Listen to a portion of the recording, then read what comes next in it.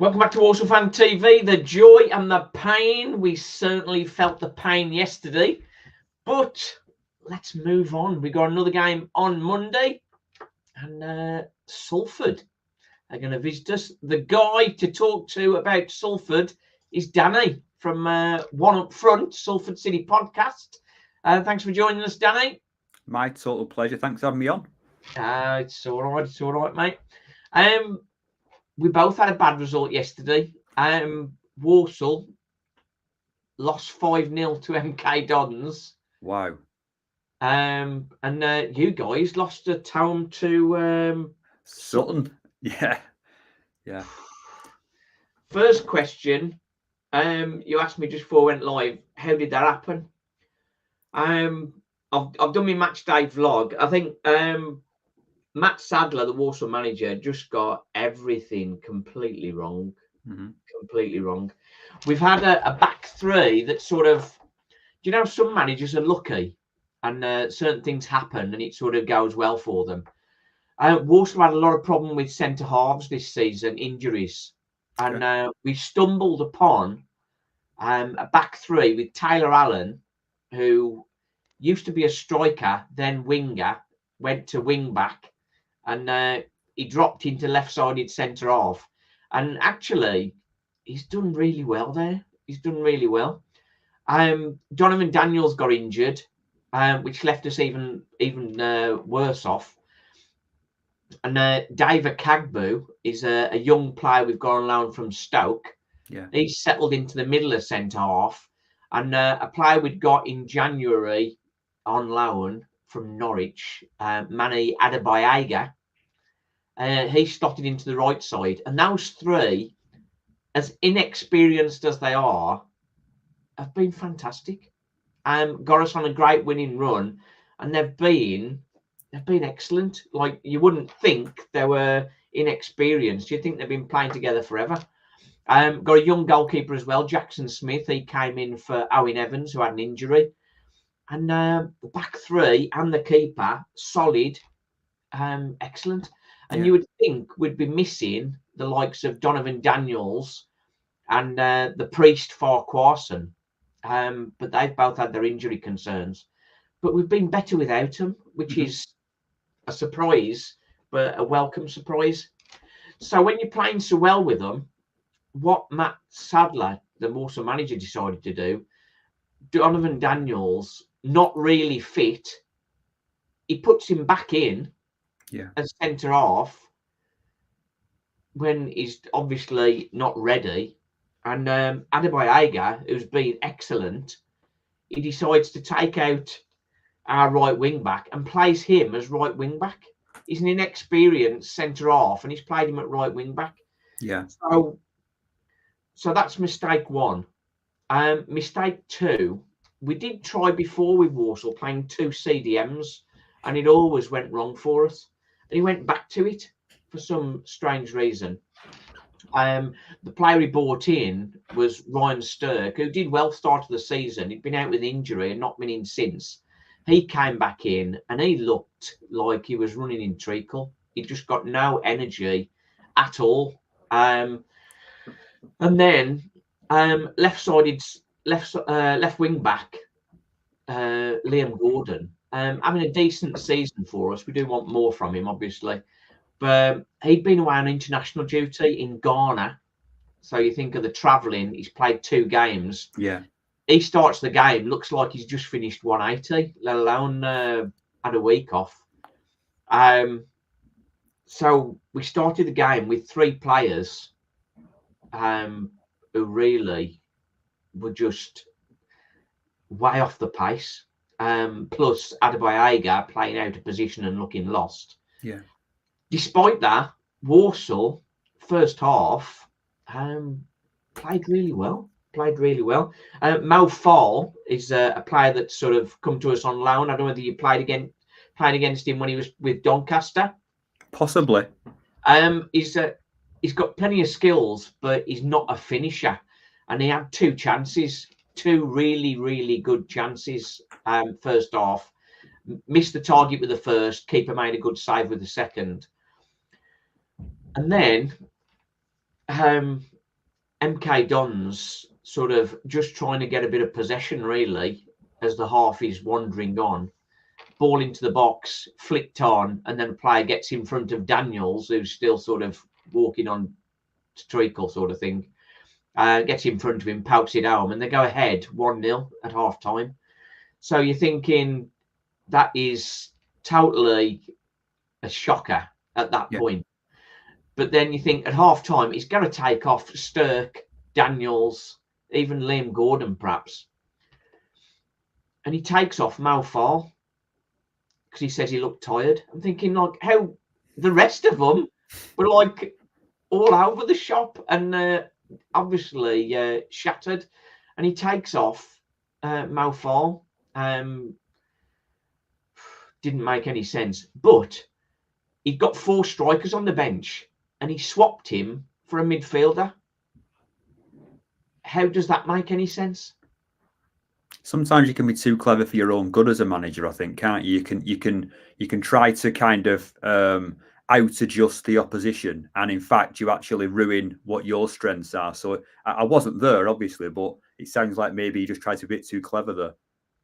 Oh, so the other player up front, Josh Gordon, he's only scored 1 goal since he's come back to us. He's on a goal drought. I think he scored 1 goal in 18 months. Wow. So he's not the guy that's going to win the game for you, is he? Not on record, no. Oh, so it was a calamity. It was a calamity. What happened at Salford? Wow, I've not actually recorded my own podcast this morning yet. I've not even got my notes together, but it was fairly depressing, I would say, because I think we looked at yesterday that if we won, got a nice 3 points, I think we would probably class ourselves. I'm rubbish at the mathematics of relegation and not, but I think we would have classed ourselves as all but safe. And we probably thought we could steamroll over Sutton as we did earlier in the season. And that didn't happen. As I'll probably say in my own podcast later, I think we actually played into their strengths, which was they are a massive group of physical human beings. They are giants from back to front. They looked a little bit faster. They brought a few new players in wide areas since we played them early in the season. But we kept Matt Smith in, which potentially we could have rotated him out because I think their centre-halves dealt with him quite well because they're big, just like he is. And we played quite direct, which is something that Cal's done most of the time, not all the time, but most of the time since he's joined. They ate that up. And we just looked, I don't know. I just think we just looked lacking in spark. We tried our best, but we made a few mistakes and it just wasn't inspiring. So I came away quite down, really, after that. Not just because of the result, the performance as well. Well, tell me, Salford have been punching right at the top of the league, and they've been well backed financially. Thomas Asante, I don't know if you've recovered since he left, have you? I could do half an hour on Thomas Asante, and it wouldn't all be good because he had a massive development spike just as Neil Wood came in. I think Neil Wood's coaching. There were other areas where he lacked, which is why he was fired. But I think Neil Wood brought Brandon on a lot in that first pre-transfer window of last season. And then West Brom thought, let's meet his release fee. And they took him off our hands. You're right that we've not really had any pace up front since he's gone. It's not just goals, because Matt Smith can score you goals. But the problem is you have to play a certain way, which is quite restrictive. So, Brandon has been a bit of a miss. And I just think we are a relatively unathletic team. And we've now got a manager who wants us to be busting a gut.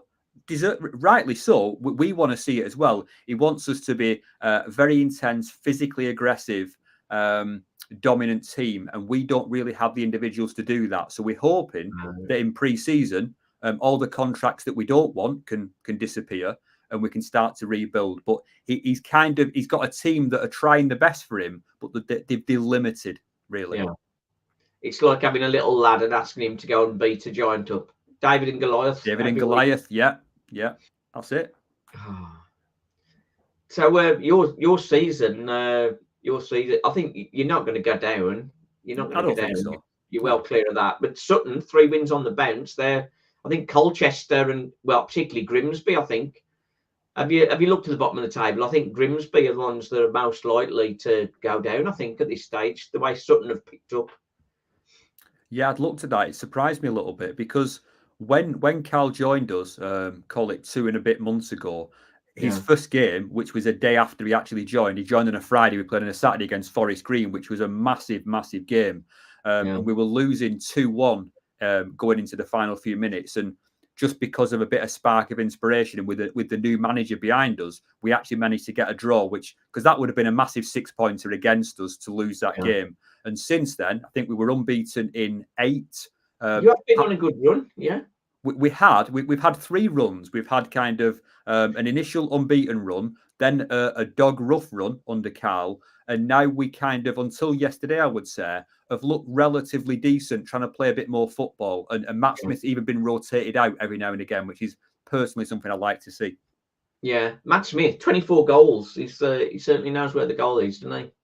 Yeah, it's funny though, because I was at the fans forum either last week or the week before, and I stood up and asked the question, what's the situation? Are we going to extend his contract? Are we going to attempt to keep Matt at the club? Because you would expect that it would be a no-brainer because of how many goals he scored. But from everything I've heard from other teams, MK Dons and Oxford, where Cal used to be, they said that Cal doesn't really have any need for a target man. He's inherited one, but he doesn't normally want one. So I think it went very silent. Cal looked down when I asked the question and just kind of went, we want him to stay around the squad, which means that they may offer him a contract, but they're not going to give him a prime role like he's had this season.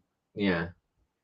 I think quite often in League 2, if you have a player that does well and you don't get promoted, they get snatched away. Yeah. And with 24 goals, somebody's going to come in for him. Yeah, I think I've talked How old is he, Matt Smith? What's that, sorry? How old is he?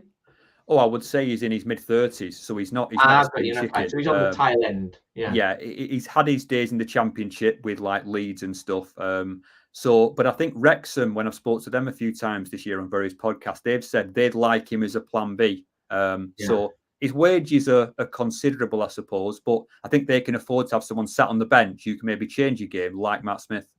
Yeah. The Wrexham bandwagon looks like marching on. Yeah, and I'd look at that and say that at one point, I don't know if you'd agree, that I had them. I know they came up with Notts County, but they looked relatively interchangeable. They both looked like they had massive momentum and they were both firing up. And at my pick, the team I like the look of more was Notts County. And how wrong was I? It's fell apart. Well, Notts County, I had the guy from Notts County on here.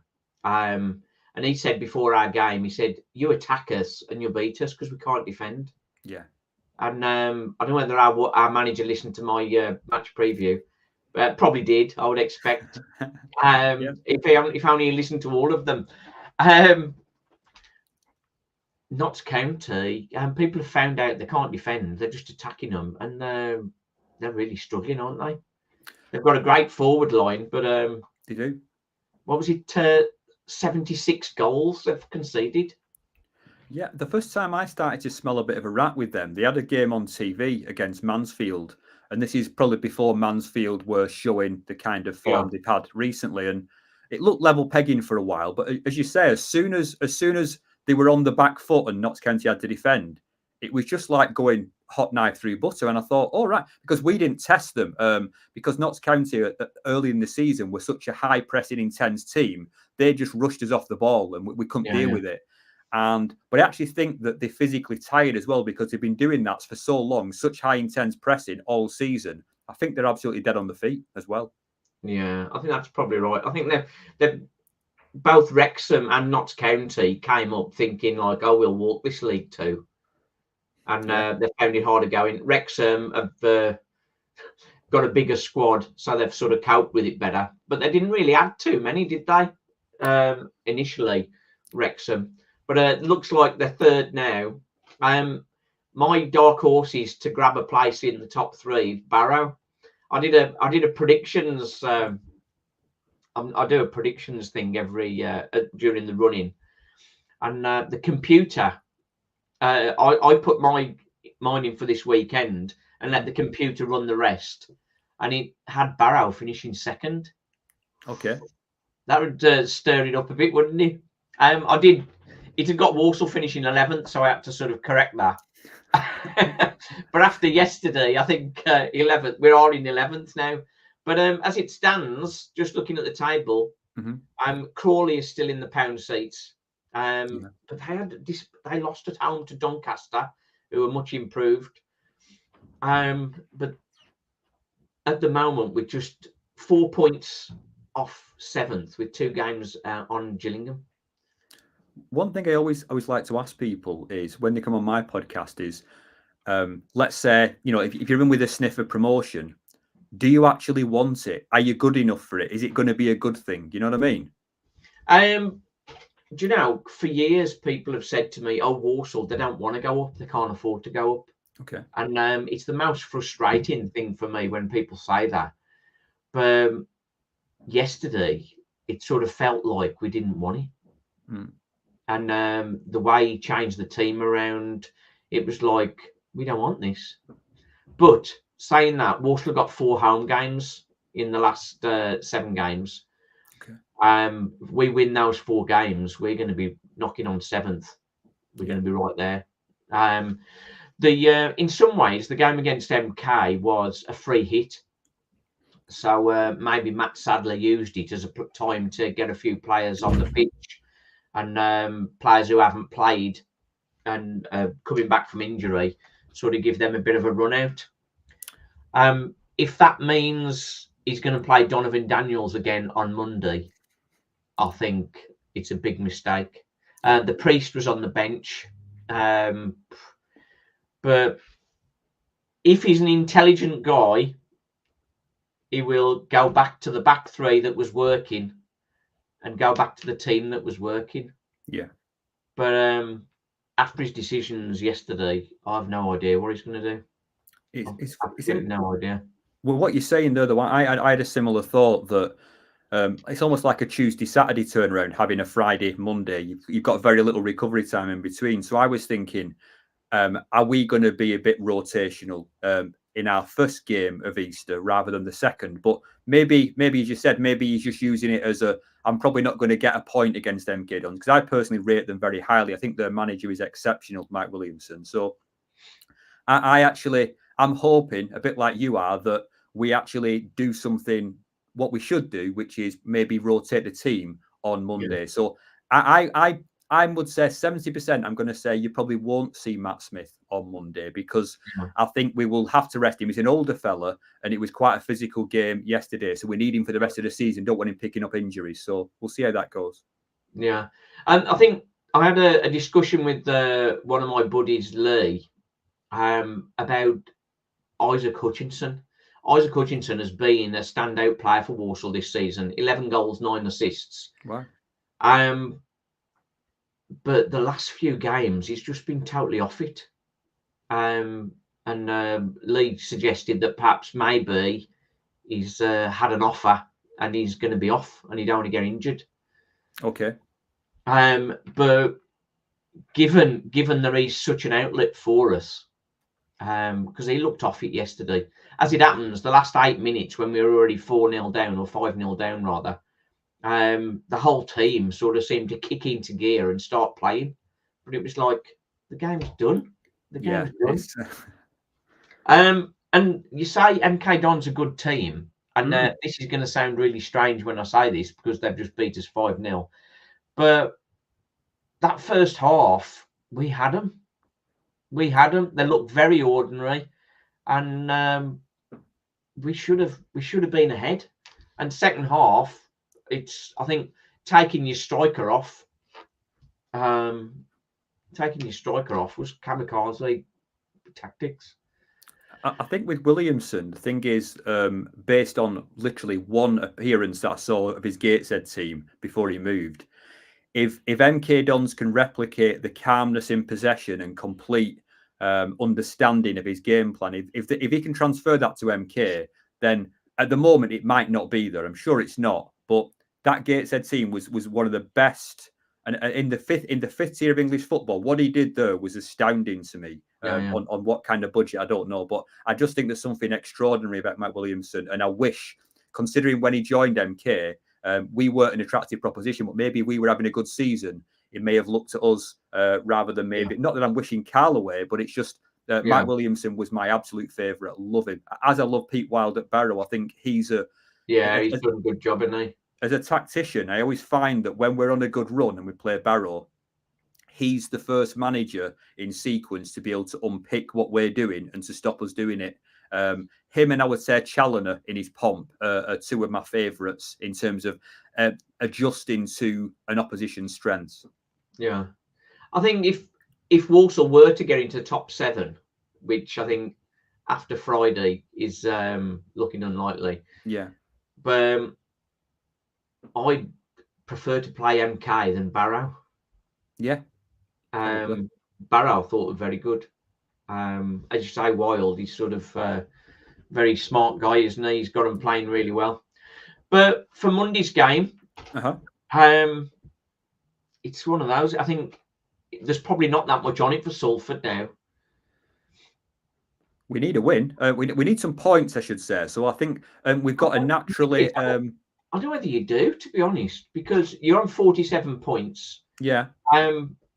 Colchester have got 3 games in hand on you, but 10 points adrift. Mm-hmm. They're only picking up draws. They did get a win yesterday, actually. Yeah. But maybe you need a few more points because you have played a few more, haven't you? But Swindon, you got to go past Swindon. Swindon are in free fall, aren't they? But they picked up a win yesterday. Maybe you do need a few more points. I wouldn't be over worried. No, the form you've been on. I wouldn't be over worried if I was a Salford fan right now. I just don't think Cal Robinson has a backward gear. So I don't think he'll do anything other than say, go out and smash him. So whoever we're playing, whatever's on the line, he's such an attacking, intense guy that I think we will go for it no matter what the situation is. That's my feeling anyway. Yeah, I think you're probably right there. Just looking at your games that you got coming up. Just bringing that up now. We've got Wimbledon possibly next weekend, I think. Wimbledon, yeah, you can beat them for us. That'll be good. Okay.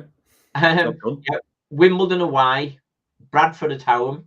Okay. Newport away, and then home to Harrogate. Yeah. That's and that's the finish, isn't it? Yeah. So, yeah, that's you need a few points there, but I think at home to Bradford aren't doing too great. Home to Salford, home to Harrogate rather. Yeah. That should be all right. Walsall, we've got Doncaster to play, and Doncaster are going well, aren't they, at the minute? I believe, yeah. Yeah. So for Walsall, we're going to get back to winning ways, but what Matt Sadler is going to do is anybody's guess. Absolutely anybody's guess. It is such a frustrating one yesterday. It wasn't. I'm still smarting from it, as you can imagine. Mm-hmm. It wasn't losing 5-0, and it wasn't the defeat. It was the nature of the defeat and everything that went round it. As soon as we saw the starting lineup, it was like, what's he doing? What's he doing? Need a big response, says Super Sadler's Seb. And that's it. I think we have been good at home. Mm-hmm. So we are probably expected to win tomorrow, Monday.